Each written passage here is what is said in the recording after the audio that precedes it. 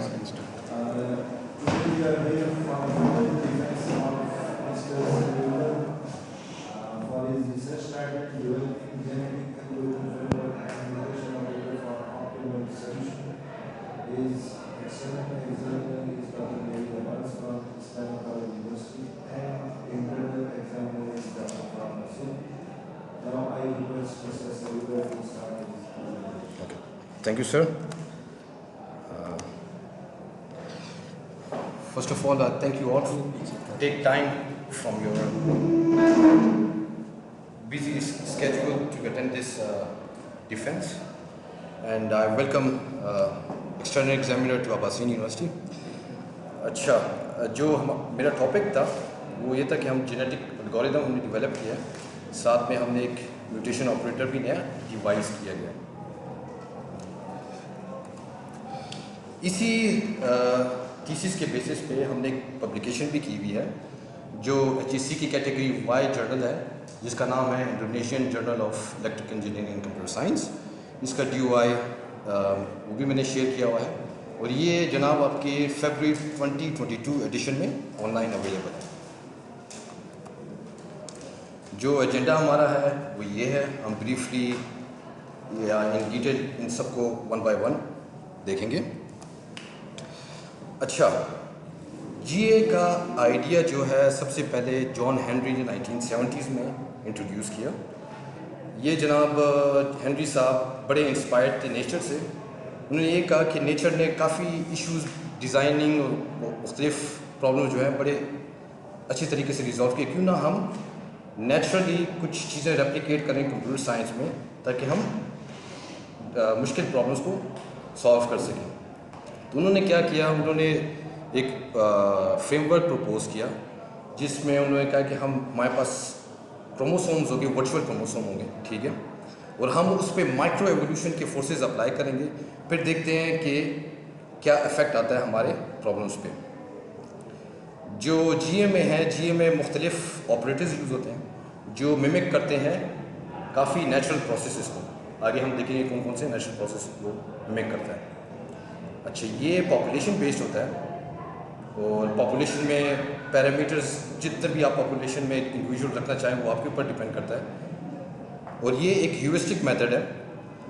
और at the end of the जब आपका GA फुली ऑप्टिमाइज ना हो तो ये पॉसिबिलिटी हो सकती है कि जो आपका आंसर मिले वो ग्लोबल ऑप्टिमम सोल्यूशन ना हो बल्कि लोकल हो।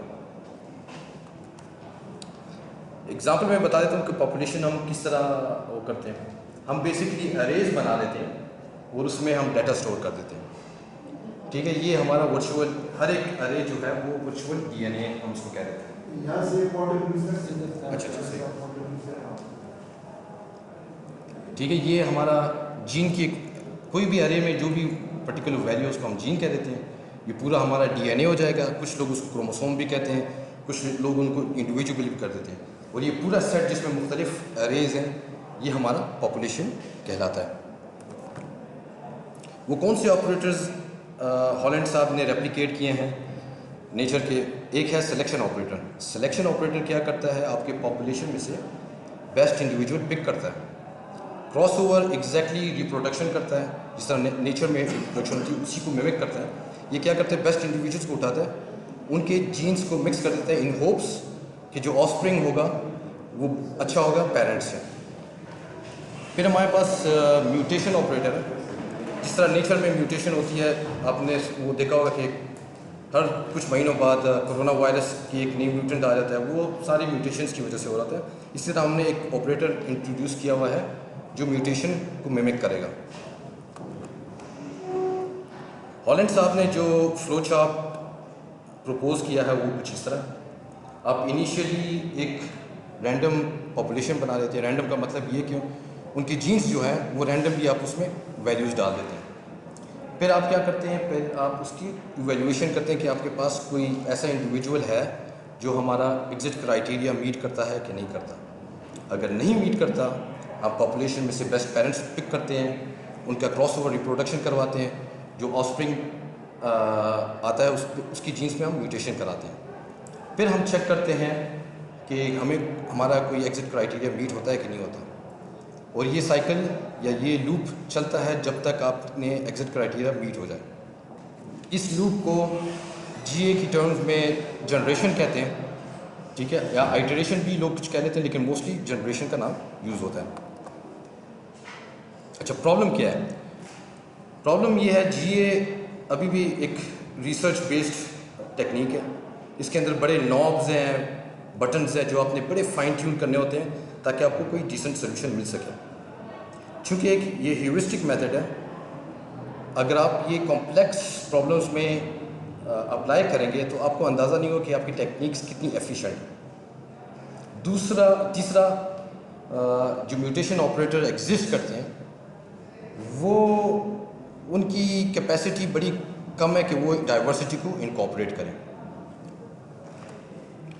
तो मैंने इसी बेसिस पे रिसर्च ऑब्जेक्टिव्स बनाए हैं। फिर मैंने एक ऐसा फ्रेमवर्क बनाया है जिसमें मैं आइडेंटिफाई कर सकूं कि रिज़ल्ट क्या ऑप्टिमम है या ग्लोबल है, ठीक है।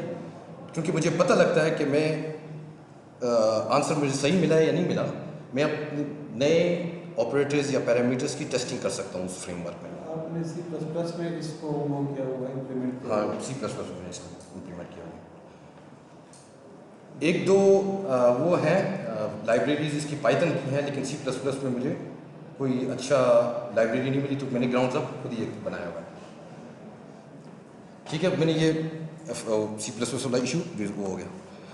अच्छा, जो ऑपरेटर्स के ऊपर, म्यूटेशन ऑपरेटर के ऊपर जो रिसेंट काम हुआ है वो मैं कुछ डिस्कस कर लेता हूँ।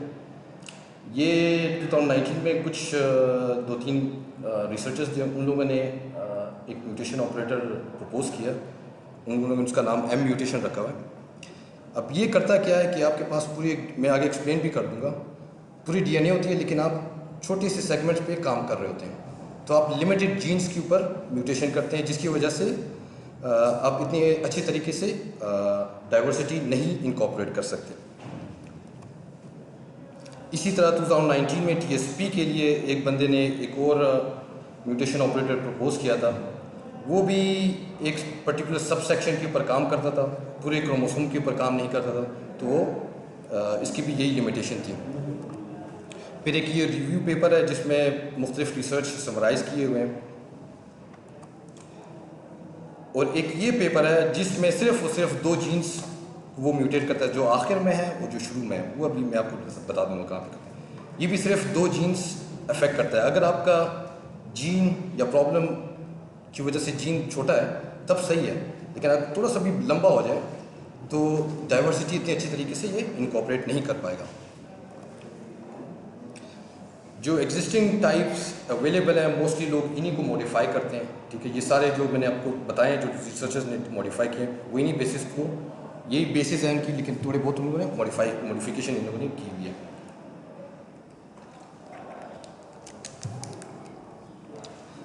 बिट म्यूटेशन क्या होता है? ये आपकी बाइनरी लेवल पे या बाइनरी इनकोडेड DNA पे आप करते हैं। आप सिंपली एक जीन सेलेक्ट कर देते हैं, 0 होगा तो 1 पे फ्लिप कर देंगे, अगर 1 वैल्यू होगी तो उसको 0 पे फ्लिप कर देंगे।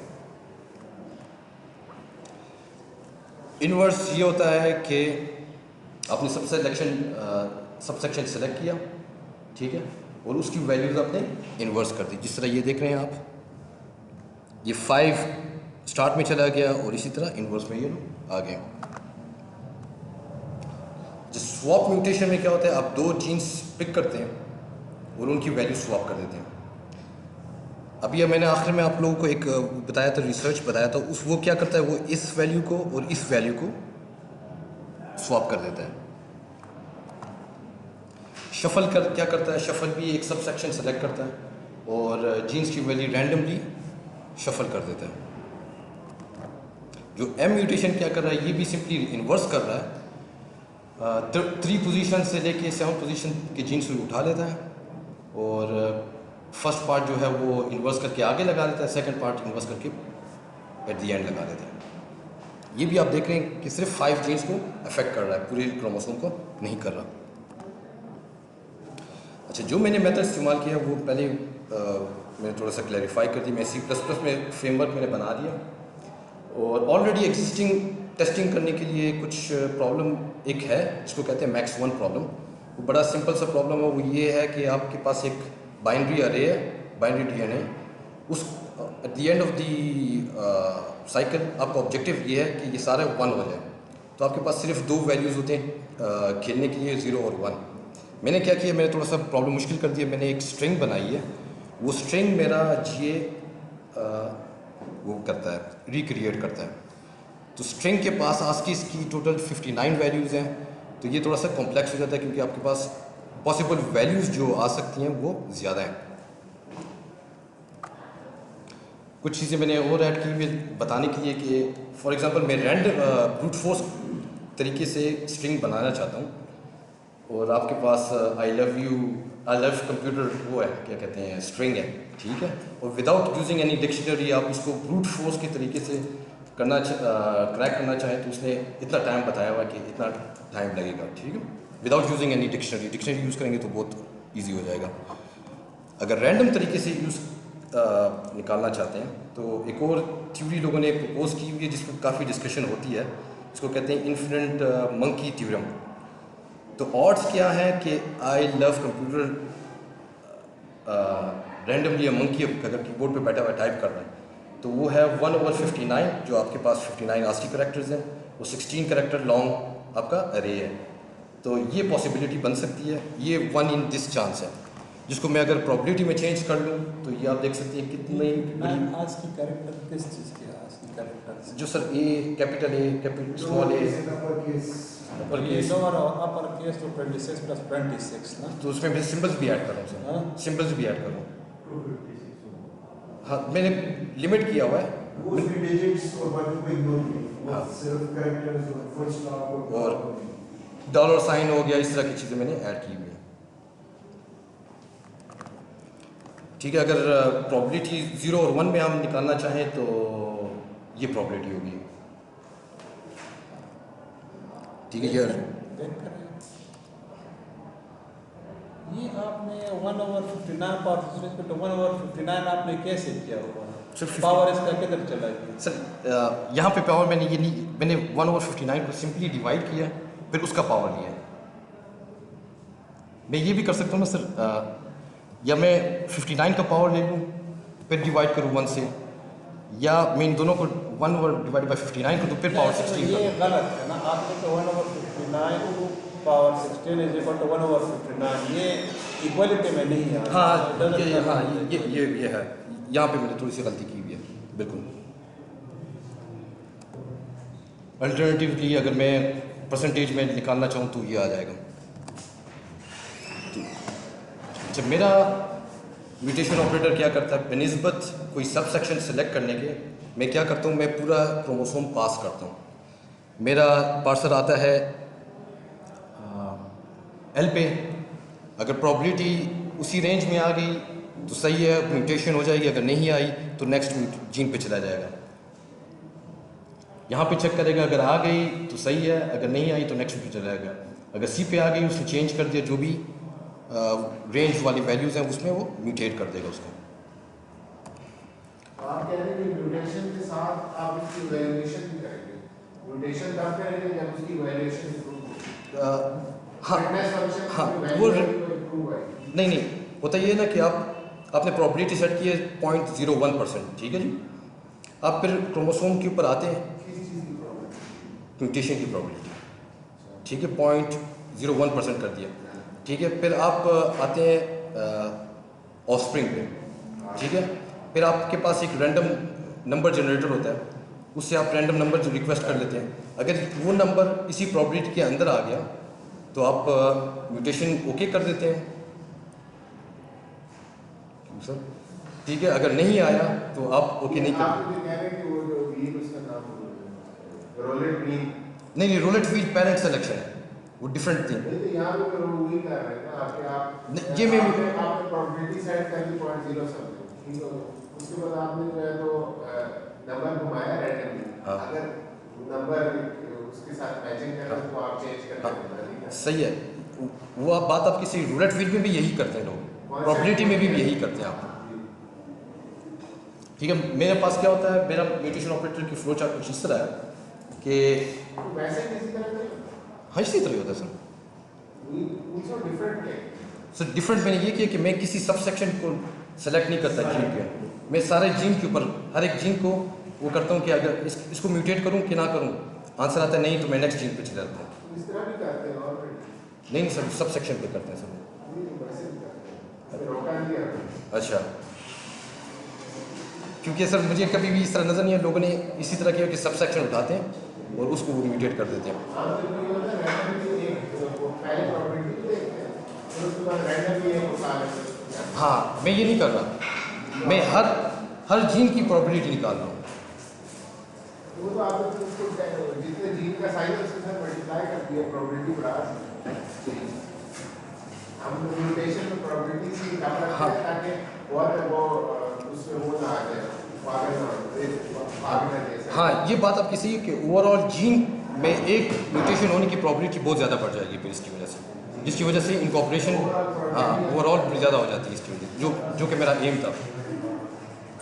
तो क्रोमोसोम सेलेक्ट किया आपने म्यूटेशन करने के लिए, आप जाते हैं रैंडम नंबर रिक्वेस्ट करते हैं, अगर रैंडम नंबर प्रोबेबिलिटी के अंदर आ गया तो आप म्यूटेट करते हैं जीन को, अगर नहीं आया तो आप नेक्स्ट जीन के ऊपर चले जाते हैं और ये साइकिल कंटिन्यू करते हैं अनटिल आप क्रोमोसोम के एंड पे ना चले जाएं और फिर नेक्स्ट ऑफस्प्रिंग के ऊपर आप म्यूटेशन स्टार्ट ना करें।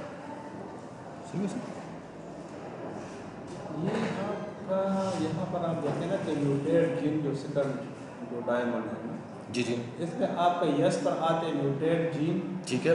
और इसका इनपुट भी फिर जाता है एंड ऑफ क्रोमोसोम। हाँ एंड ऑफ अगर क्रोमोसोम नहीं करता तो भी आप आते हैं एंड ऑफ क्रोमोसोम के ऊपर। ठीक, मैं अगर एंड ऑफ क्रोमोसोम है ना तो मैं म्यूटेशन एंड कर देता हूँ, अगर नहीं है तो मैं नेक्स्ट जीन के ऊपर चला तो उसको म्यूटेट वो साइकिल में कर दोनों साइडों पर जो है वही जो सेकंड डायमंड है इसी में आपका कंडीशन आ रहा है। तो यस पर भी इधर आ रहा है मतलब अल्टरनेटिवली, और नो पर भी अल्टरनेटिवली इधर आ हाँ रहा है। ये लेकिन आप ये देख रहे हैं सर, मेरा दूसरा डिसीजन मेकिंग है, ठीक है। अगर ये नो हो गया मतलब एंड ऑफ यूजिंग नहीं है, नहीं आप फर्स्ट को देखें ना, फर्स्ट होगा ना, इसमें यस है तो म्यूटेट जीन के ऊपर आप आ गए, हाँ नो है तो मतलब आप इधर चले जाते हो मैं end of अभी देखता हूँ, क्रोमोसोम। मैं देखता हूँ कि जीन का एंड तो नहीं है, अगर जीन का एंड नहीं है तो मैं नेक्स्ट जीन पे चला जाऊँ। तो इधर आप म्यूटेट जीन करते एंड ऑफ जीन पर आ गए, हाँ नहीं ये डिसीजन है सर, ये डिसीजन है। इधर है कि म्यूटेट जीन के ऊपर भी तो आप नेक्स्ट स्टेप में आप उधर ही चले जाते हो ना। हाँ सर, क्योंकि मैं दोबारा चेक करूँ कि मैं एंड पे तो नहीं पहुँच गया, क्रोमोसोम के एंड पे तो नहीं पहुँच गया, क्योंकि क्रोमोसोम के एंड पे मैं पहुँच गया तो मैं फर्दर म्यूटेशन तो उस क्रोमोसोम की खत्म कर देगा और अगर नहीं है तो आगे हाँ नेक्स्ट जीन पे चला जाएगा। अगर उसके बीच में एक आदमी तो रुक जाएगा या फिर सब पे चेक करेगा। सब कुछ चेक करेगा जब तक आखिर तक पहुँच नहीं जाता। नहीं तो अगर एक पे सपोज कर उसकी प्रॉपर्टी हिट कर दी और वो चेंज कर दी, हाँ नेक्स्ट वीक फिर जाएगा, फिर दोबारा करेगा, फिर दोबारा चेक करेगा। छोड़ दो उसकी जान कंप्लीट नहीं है। तो मैं यही कह रहा हूँ सर, इसकी वजह से इनकॉर्पोरेशन डाइवर्सिटी की इनकॉर्पोरेशन ज़्यादा अच्छी तरीके से होती है। हाँ मेरे ख्याल में मैंने किया हुआ है, बिल्कुल मैंने किया हुआ है सर। नहीं इसके बाद होगा।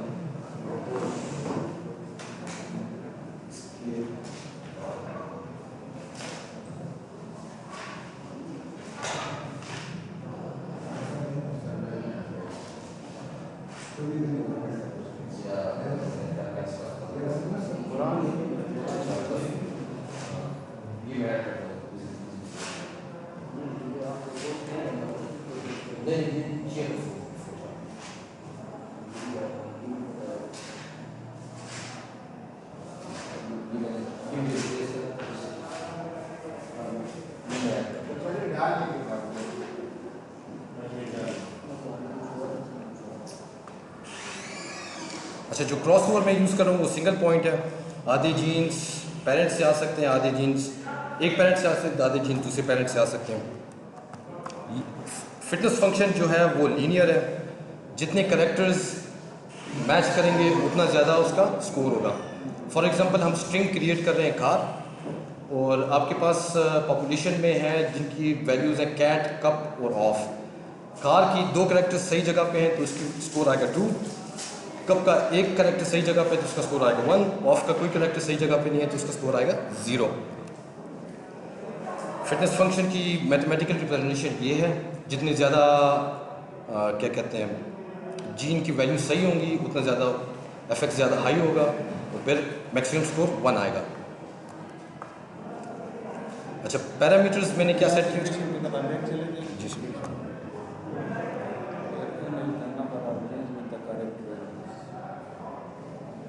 एफ ऑफ एक्स या 1 को ऐड करता जाएगा। हाँ, करता जाएगा। अगर एक्स आई अप टू से फॉर एग्जांपल 7 चला जाता है तो इसकी वैल्यू फिर 7 आएगी। हाँ, अगर वैल्यू सही जगह पे है तो मैक्सिमम 7, क्योंकि लेंथ भी आपका फिर सारा डीएनए पे वो करके डिपेंड करेगा। एन में कह रहा हूँ वो है क्या कहते हैं मैक्सिमम लेंथ ऑफ, नहीं ये क्रोमोसोम साइज है। हाँ क्या जी?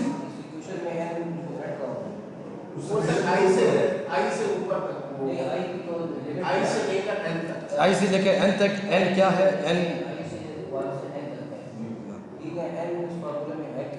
N is number of correct genes जो आपने वो किया, आप समीशन कर रहे हैं उसकी।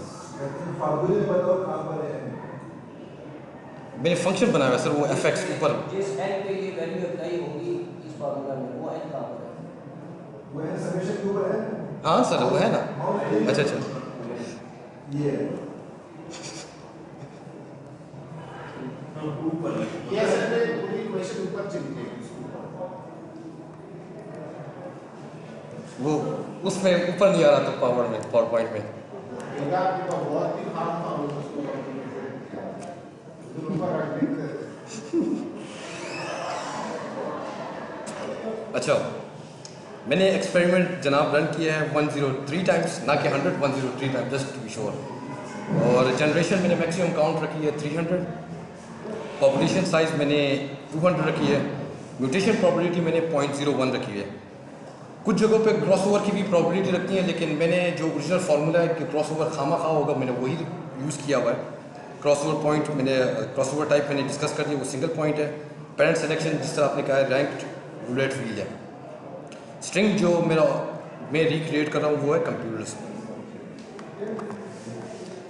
ये जनाब जब आप क्रॉसओवर के लिए जो चिल्ड्रन सेलेक्ट करते हैं जी वो कौन से चिल्ड्रन क्रॉसओवर के लिए पॉपुलेशन से जो आप सेलेक्ट करते हैं जो रूलेट व्हील के बेसिस होते हैं जो भी सेलेक्ट होंगे, क्योंकि मैंने उसको जो बेस्ट पेरेंट्स होंगे उनको मैंने हाई पोर्शन ऑफ द पाई दिया होगा, ठीक है। उनकी प्रोबेबिलिटी ज़्यादा होती है पिक होने की, तो जो भी रैंडमली सेलेक्ट हो गया बेस्ड ऑन प्रोबेबिलिटी तो वो उसको हम करेंगे। अच्छा, ये स्टूडियो कोड है, वही फ्लो चार्ट की फर्दर एक्सप्लेनेशन है ये। We are interested in this type of things to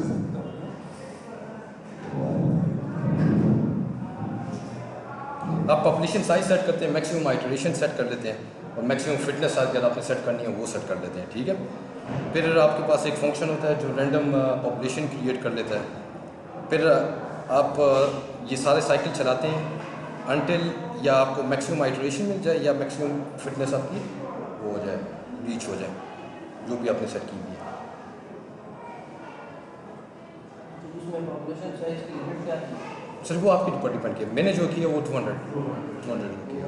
कोई वजह थी जिससे बात हो गया?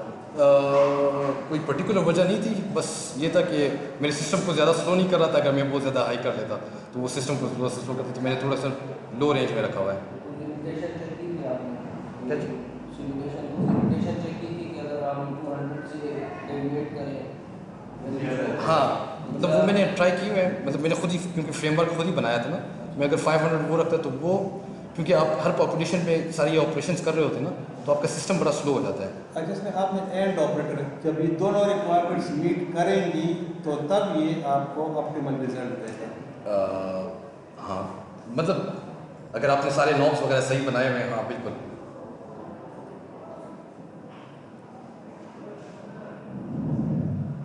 ये तो हर टाइम जो है मैक्सिमम ऑपरेशन कर ही रहा है।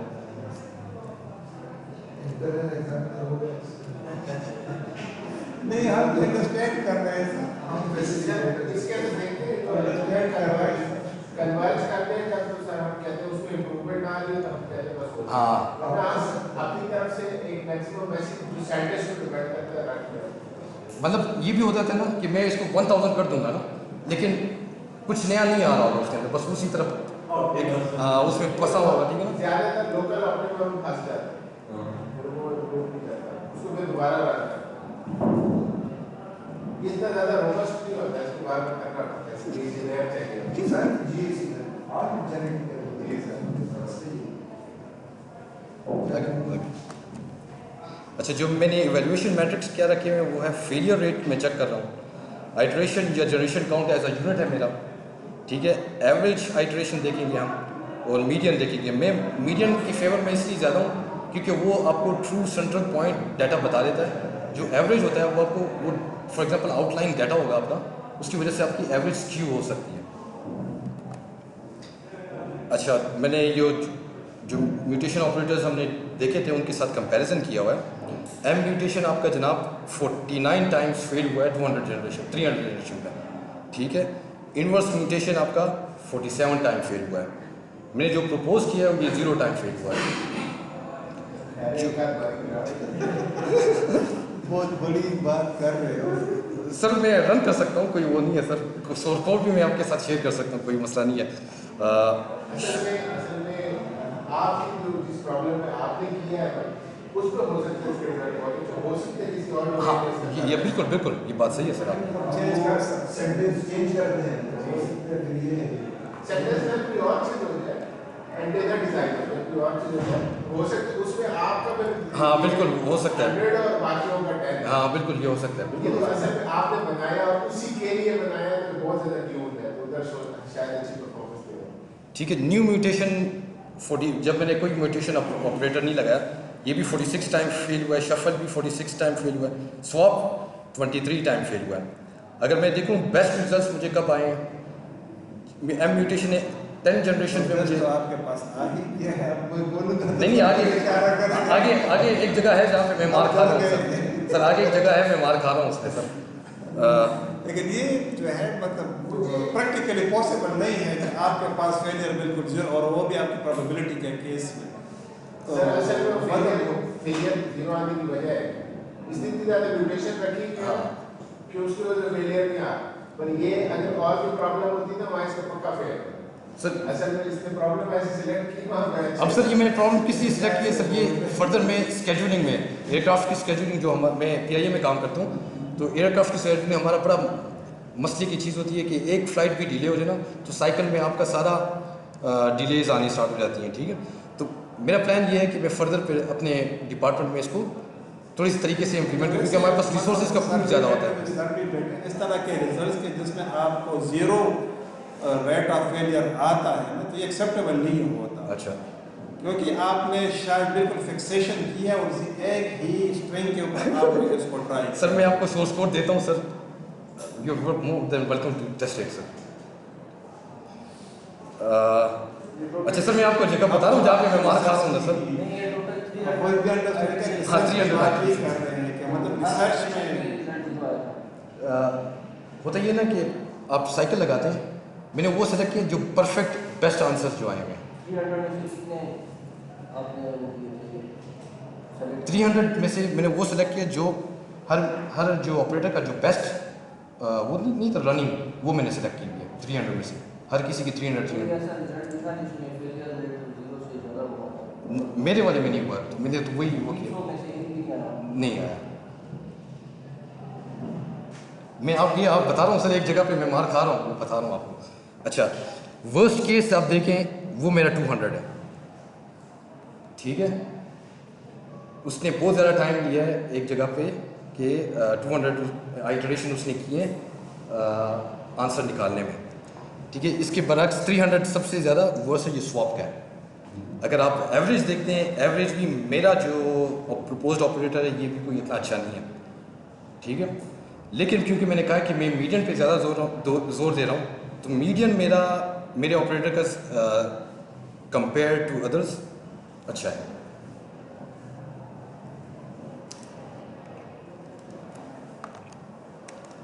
स्टैटिस्टिक्स का यूज़ किया है और स्टैटिस्टिक्स में अल्लाह के फजल से मुझे थोड़ा बहुत आता है, तो इस वजह से मेरी सर मैं एक्सेल की फाइल भी आपके साथ जो मैंने बनाई है ना सर, वो डाटा आपके पास आया हुआ है शायद, वो सारे सर वो मैंने वर्किंग की भी है उसके अंदर सर। मीडियन होता क्या है? मीडियन सेंट्रल वैल्यू होती है कि इसके यहाँ पे भी लेफ्ट साइड पे भी होते हैं वैल्यूज़ होते हैं, राइट साइड पे भी उतनी वैल्यूज़ होती हैं। मीन और मीडियम में फर्क है। मीन और मीडियम मेरे ख्याल में एक ही है, एवरेज डिफरेंट होता है। वही मैं कह रहा हूँ ना कि बहुत बड़ी आप मिस्टेक करें और अपने इसमें थोड़ा सा ये आप देख लें सर के साथ। तो असल में ना इसका मसला ये है जो फिटनेस फंक्शन है वो बहुत ही इसने बिल्कुल एग्जैक्ट किया है। वो असल में आम प्रॉब्लम इस तरह होती है, ये तो असल में डेमो दे रहे हैं, इसलिए आम प्रॉब्लम में फिटनेस फंक्शन इतना एग्जैक्ट नहीं होता, इसलिए इसका रिजल्ट हमें सही है। इसका हमारा जो ऑब्जेक्टिव है वो ये है basic test the new mutation operators. एक नई चीज को हम टेस्ट करते हैं तो फिर उसके लिए प्रॉब्लम आसान में तो होता है कि हमें पता चले कि ये चीज काम करेगी कि नहीं करेगी।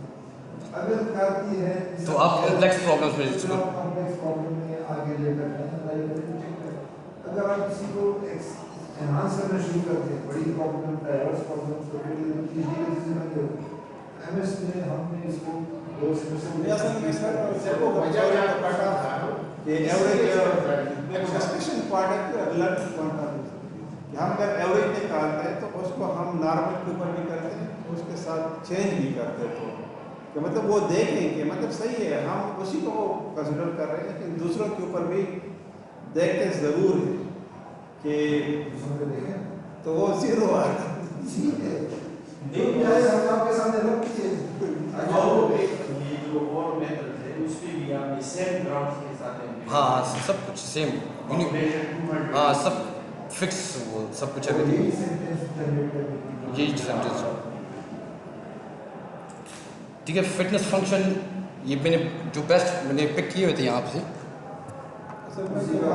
इसका वो जो फार्मूला सर आ रहा है उधर में कि आपका 0.01% आपका जो सक्सेस रेशो आ रहा है, नहीं तो वो तो हम प्रॉब्लम की कॉम्प्लेक्सिटी बता रहे हैं, इस एल्गोरिथम की नहीं बता रहे। तो प्रॉब्लम की में क्या प्रॉब्लम की हाँ कि उसका ये है तो जी में भी क्या आप रैंडम की और इसको म्यूटेट करते हैं फिर उसके बाद आप कितना जल्दी सोल्यूशन कर सकते हैं। हमने अल्टरनेटिव बताया जैसे इनका रिजल्ट पता क्यों अच्छा है? इनके लोकल ऑप्टिमा है, इनकी प्रॉब्लम है लोकल ऑप्टिमा ग्लोबल आपका ऑप्टिमा है, लोकल ऑप्टिमा आपकी प्रॉब्लम आपसे जो एक स्ट्रिप दे रहे हैं तो उसमें लोकल ऑप्टिमा है, तो इसलिए वो कभी मतलब वो हंस नहीं रहा। बाकी एल्गोरिथम में म्यूटेशन इसलिए काम रखी होती है ताकि वो लोकल ऑप्टिमा में फंसे ना। इसका है ही नहीं लोकल ऑप्टिमा, इसकी प्रॉब्लम है लोकल ऑप्टिमा ही नहीं सर मैं आपको दिखा सकता हूँ। फॉर एग्जाम्पल मैं म्यूटेशन लगा बता दूँ ना तो वो स्ट्रिंग फंस जाएगा ना। देखिए आपकी जो स्ट्रिंग है ना वो एक ही है, वो एक ही ऑप्टिमा, उसके अलावा कोई हाँ हाँ ऑप्टिमा एक ही दो हाँ आपका एल्गोरिथम जब भी लोकल ऑप्टिमा वाली प्रॉब्लम आएगी ना जिसमें लोकल ऑप्टिमा हमेशा फंसेगा। अच्छा सही पर मैं आपको वजह समझा रहा था क्यों इनका एल्गोरिथम अभी सक्सेसफुल है, अभी जीरो रिजल्ट क्यों एरर देगा जीरो, वो वजह बता रहा था। ठीक है आप सब हकीकत अच्छा ये परफॉर्मेंस में कंपेयर कर रहा हूँ सारी उसकी म्यूटेशन ऑपरेटर्स की फिटनेस के मुताबिक अगर देख सकते हैं कि सबकी ये मैंने रैंडम ऑब्वियसली रैंडम पॉपुलेशन हम कुछ क्रिएट कर रहे हैं तो इसके ऊपर मेरा कंट्रोल नहीं था। जितनी भी बाकी म्यूटेशन ऑपरेटर्स हैं उनकी इंडिविजुअल्स की जो बेस्ट इंडिविजुअल था उसकी फिटनेस फंक्शन अराउंड कह सकते हैं 3.75 यहाँ पे लाई करती है। ठीक है लेकिन आपका एल्गोरिथम वो कौन सा लाइन रिप्रेजेंट वो ये क्यू वाला सही ये हुआ है। ठीक है ऑल्दो इसको कोई इतना अच्छे इंडिविजुअल्स नहीं मिले लेकिन फिर भी इसने 10 जनरेशन में आंसर दिया हुआ है, 2 को आउट परफॉर्म किया हुआ है और बाकियों के साथ बराबर है। अच्छा ये क्यों सक्सेसफुल ज़्यादा है क्योंकि एवरी जीन जिस सर ने कहा है every gene has the chance to mutate. ठीक है तो वो डाइवर्सिटी अच्छी तरीके से इनकॉर्पोरेट होती है। ज़ीरो फेलियर रेट हुआ है सर। फिटनेस फंक्शन रिलेटिवली जल्दी इंक्रीज़ हुआ है और मीडियन इसका लोवेस्ट है। अच्छा, फ्यूचर वर्क मेरा क्या है? फ्यूचर वर्क में ये देखना चाह रहा हूँ कि नेचर में आपने देखा होगा जो आइसोलेटेड इंडिविजुअल्स होते हैं, आइलैंड इंडिविजुअल्स होते हैं, उनकी बायोडाइवर्सिटी कम होती है, ठीक है। मैं वो कॉन्सेप्ट यहाँ पे अप्लाई करना चाहता हूँ कि हमारे अगर इंडिविजुअल्स को मैं आइसोलेट कर देता हूँ तो हमारी बायोडाइवर्सिटी में और कन्वर्जेंस रेट में क्या फ़र्क आता है। फिर इससे ये हो सकता है अगर मैं एक लिंक निकाल लेता हूँ कि बायोलॉजी के जितने भी रिसर्च हैं जो जेनेटिक बेस्ड हैं उनको मैं फिर फर्दर यूज़ कर सकता हूँ जीए के कामों में, ठीक है। फिर मेरा इरादा यही है कि अपने डिपार्टमेंट में इसको इम्प्लीमेंट करने की कोशिश करूँ। आपने एक सेंटेंस लिखा है मीडियन इज लोएस्ट। इस लोएस्ट, हाँ जी,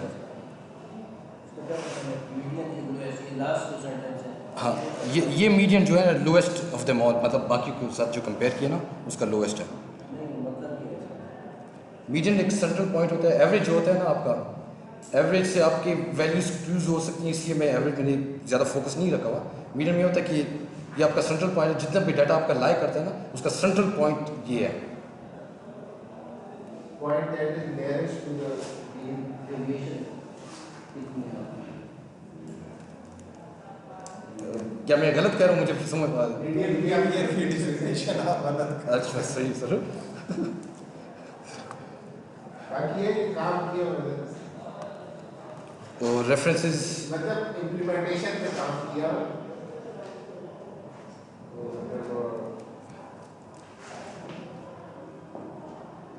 डिस्कशन नाम भी हो सकता है कि प्रॉब्लम को थोड़ा कॉम्प्लेक्स कर दिया है। तो वो जब पीएचडी करेगा नहीं है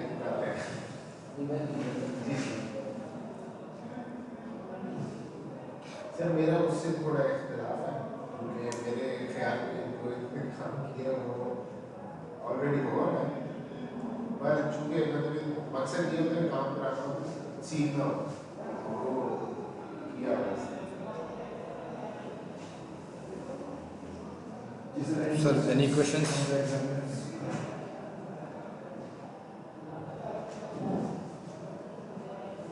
कुछ चेंजेस दोबारा से हम देख रहे हैं। ठीक है, वो एक मेरे ख्याल में वो मैंने म्यूटेशन होता नहीं डाला था अपना फ्लो चार्ट। एवरेज ये होता है कि आपने सबको लेकर जमा करके और नंबर ऑफ आइटम्स के बाद डिवाइड किया है। मीडियन में ये कि आपने डेटा को सॉर्ट कर देते हैं और सॉर्ट करके जो सेंट्रल पॉइंट है उसकी वैल्यू को हटा देते हैं, दैट इज फंक्शन। हाँ, तो उसके ऊपर भी और इसकी मेरे तो आइडिया ये है कि उसके ऊपर भी जितने सेंट्रल पॉइंट होता है, हाँ। वो सेंट्रल पॉइंट कौन से जो उस डेटा को रिप्रेजेंट करते हैं। मीडियन ये कि डेटा को सॉर्ट करें, अगर 10 आइटम्स हैं तो जो आपका अगर 11 है तो जो सेंटर में है वो आपका मीडियन है, अगर इवन है तो फिर उसको दोबारा 2 पे डिवाइड करके फिर फाइंड करना। तो उसमें मीडियन का कांसेप्ट रखिए कि योर डेटा इज सॉर्टेड। हाँ, मैं एक्सप्लेन शायद यही करना चाहता था लेकिन मैं बात नहीं कर पाया। Sorted data sorted central point पे। हाँ, Sorted or the difference values की दुनिया difference बड़ी हो, so that's why ये सारे central of measure of central tendency है। हाँ, तो इस वजह से हम मीडियन में select करते हैं कि the values have big difference, so that's why। आपके रिजल्ट है ना उसका जो एवरेज ज्यादा है मीडियन नंबर उसकी वजह क्या है? उसने 2-3 इस तरह की कि उसमें बहुत ज़्यादा हाई जनरेशन का।